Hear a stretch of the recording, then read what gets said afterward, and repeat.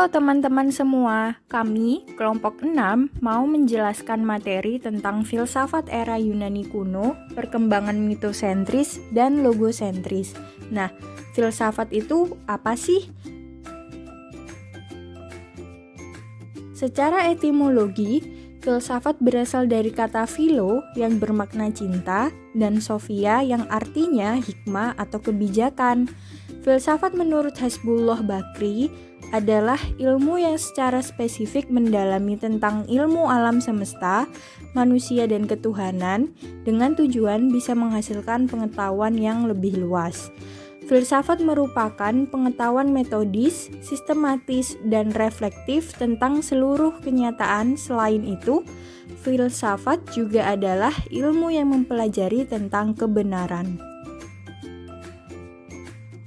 Filsafat era Yunani kuno. Yang kita ketahui, filsafat merupakan ilmu baru yang jauh sebelum adanya peradaban. Sebenarnya, manusia dahulu sudah berfilsafat.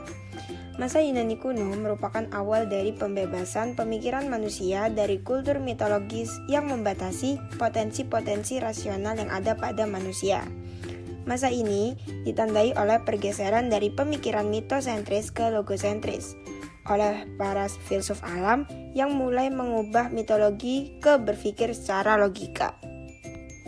Mitosentris adalah pola pikir di mana masyarakat dalam menjalani kehidupannya sering mengaitkan hal-hal spiritual dalam memahami, menjelaskan, dan melakukan sesuatu. Misal, mempercayai fenomena alam gempa bumi bukanlah suatu kejadian biasa, melainkan perbuatan dari penguasa atau dewa bumi yang sedang menggoyangkan kepalanya hingga terjadi getaran. Pola pikir ini membuat masyarakat mempercayai dan mengandalkan mitologi untuk menjelaskan suatu kejadian.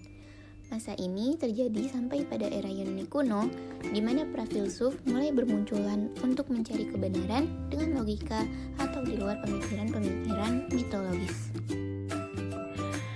Filsuf yang pertama kali masuk pada masa Yunani kuno yaitu adalah Thales 640-545 sebelum Masehi, di mana ia menyatakan bahwa segala sesuatu itu berasal dari air.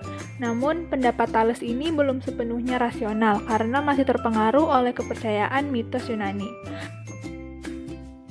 Para filsuf seperti Thales, Anaximandros, Pythagoras, Demokritos, Anaximenes, serta Herakleitos terus memperdebatkan tentang keberadaan alam semesta ini dan jawaban-jawaban dari para filsuf. Hal ini menandakan pemikiran rasional yang terus mencoba mendobrak dominasi pemikiran mitologi. Puncak pemikiran masa Yunani kuno.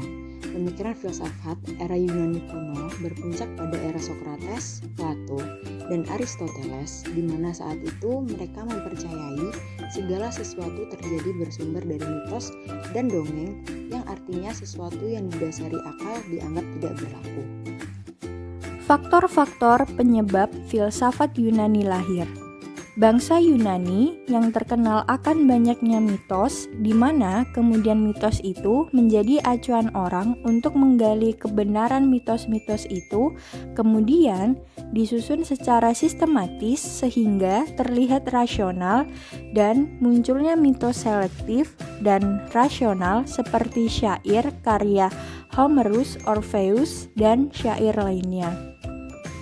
Faktor yang mempengaruhi ilmu pengetahuan yang berasal dari Babilonia Mesir di lembah sungai Nil yang kemampuan dan kecakapan ilmu-ilmu tersebut dikembangkan sehingga mereka mempelajari tidak didasarkan aspek praktis saja tetapi juga aspek teoritis dan kreatif. Pergeseran mitosentris ke logosentris masa ini dikenal sebagai filsafat alam. Dikatakan filsafat alam karena periode ini ditandai dengan kemunculan para ahli pikir alam yang terus menaruh perhatian pada apa yang diamati di sekelilingnya.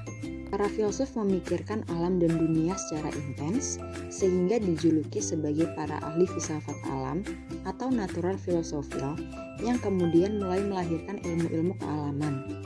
Para ahli pikir membuat pertanyaan berdasarkan akal pikir yang logis dan rasional yang tidak didasarkan pada mitos atau kepercayaan.